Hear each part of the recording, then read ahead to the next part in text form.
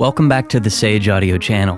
Today we're looking at 10 things you need to know about the FabFilter L2. We'll look at some of the most important functions, listen to examples of some of the different settings, and give a great overview of some of the plugin's lesser known or lesser understood features. So if you're considering buying the Pro-L2, or you're having trouble understanding some of its features, stick around for the full video. But first, if you're an artist, engineer, or producer, and you have a mix that you need mastered, send it to us at sageaudio.com. We'll master it for you and send you a free mastered sample of it. All you have to do is set up an account, upload the song, and we do the rest. Starting off at number 1, we have the plugin has a 4K display and can be made full screen. As you can see, this plugin is displayed in a fantastic looking 4K resolution. Furthermore, increasing the size of the plugin doesn't reduce the resolution, as this scales accordingly. Now, to change the size, simply click the scale arrow in the bottom right-hand corner. If you want to go full screen, click the box icon in the top right. Now, you'll notice that even in full screen display, the plugin is still 4K, making it a great option if the visual of your plugin is important to you. And number 2, we have you can decrease distortion with the true peak limiting and oversampling options. Distortion is a common occurrence when limiting. Fortunately, FabFilter has taken some steps to ensure that unwanted clipping distortion does not occur. Now, the easiest way to avoid clipping and intersample peaking is by enabling the true peak limiting function. But even when mastering to -14 LUFS, intersample peaking is still possible. Now that's where the oversampling comes in. By increasing the sampling rate and reducing aliasing distortion, you reduce the risk of clipping. It also helps to know that FabFilter has redesigned their oversampling to immediately compensate for any gain changes that the function causes. Lastly, if you're still noticing intersample clipping, try the look ahead function. Let's take a listen to these settings.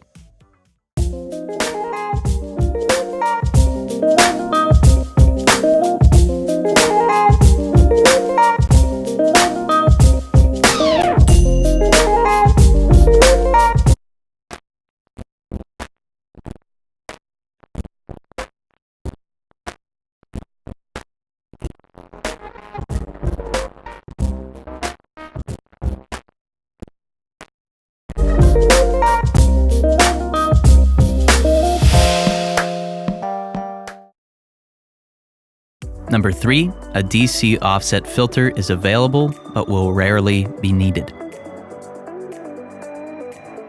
A DC offset can occur when using particular faulty hardware or when introducing saturation. In short, it reorients the null point or the center of your waveform away from an amplitude of 0. Now, when we zoom in on a waveform, this line becomes easier to conceptualize.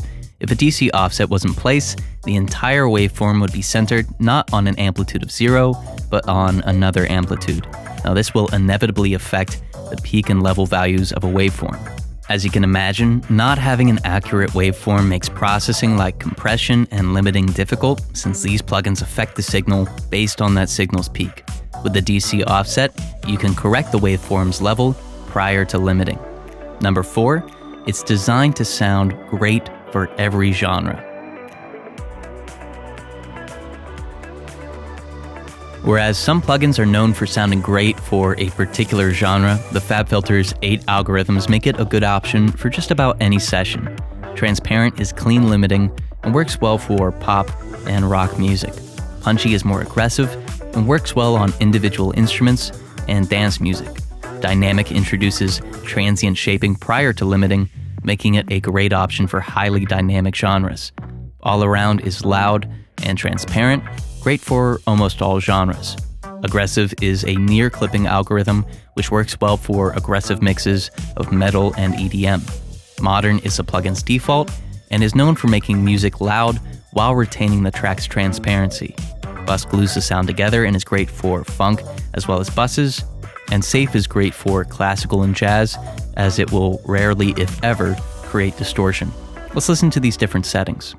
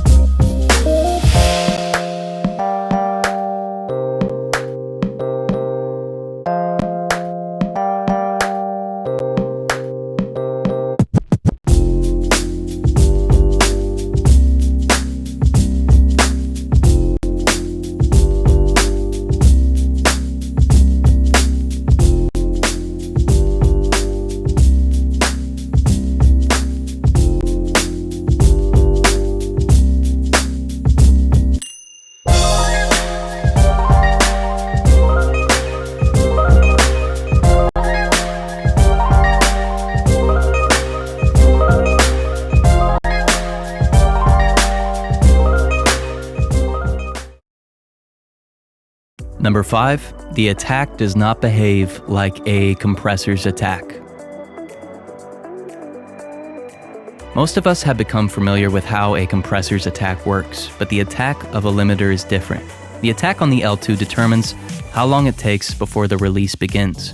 So for example, if the attack is 30 milliseconds and the release is 300 milliseconds, then it'll take 30 milliseconds before the 300 millisecond release begins.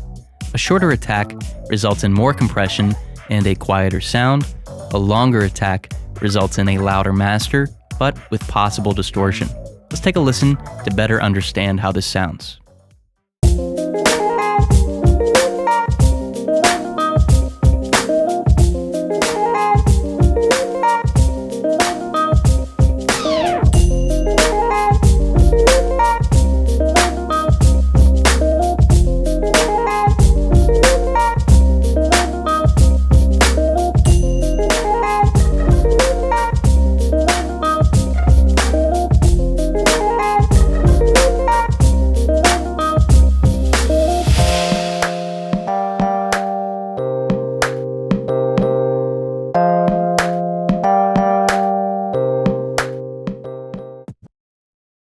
Number 6, the plugin includes comprehensive loudness metering. The default metering for the plugin is a level meter with 16 dB of range. By clicking on this, you can change this range and also measure the loudness of the signal. The LUFS measurement can be switched between integrated, short-term, and momentary. Additionally, some set LUFS targets can be enabled, such as CD and streaming. Even when you're observing the peak of the signal, you're still given these levels. The peak can be seen as the most translucent bar and the RMS as a solid bar. Lastly, K-metering is available as well. Number 7, dithering and noise shaping is included. Although dithering probably won't be needed unless you're mastering for CD, the Pro-L2 includes it. You can switch your dithering from 16-bit to 24-bit with options in between. Also, 3 noise shaping options are available. Now keep in mind that if you do use dithering, the bit option you select depends on the bit depth that you're converting to, not the bit depth of the current file. Number 8, MIDI learning lets you link MIDI devices to the Pro-L2. If you have a MIDI device like a keyboard or maybe a console strip emulation, you can use this plugin as a MIDI instrument and assign various MIDI keys to different functions. To do this, click MIDI Learn in the bottom left, highlight the function that you want to affect, and then adjust the MIDI control to assign it to that function. Now, if you're using Logic Pro and you want to use this MIDI Learn function, you need to use the plugin as a MIDI-controlled instrument on an instrument track. Sidechain the channel you want to affect, and then mute the original signal to avoid it playing back twice. Number 9, channel linking is performed in 2 stages. You can link how the left and right channels are affected. They can either be processed collectively or independently. At 100%, the channels are completely linked. At 0%, they're completely separate and affected depending on their individual content. Now, this linking is broke up into 2 sections: the transient, or the initial attack or peak of the signal, and the release, which is the sustain and tail end of the signal. Now, you may want to link the release, but leave the transient a little more separated in case one channel has a loud peak and you don't want to pull down the entire stereo signal. Let's take a listen to this setting being adjusted.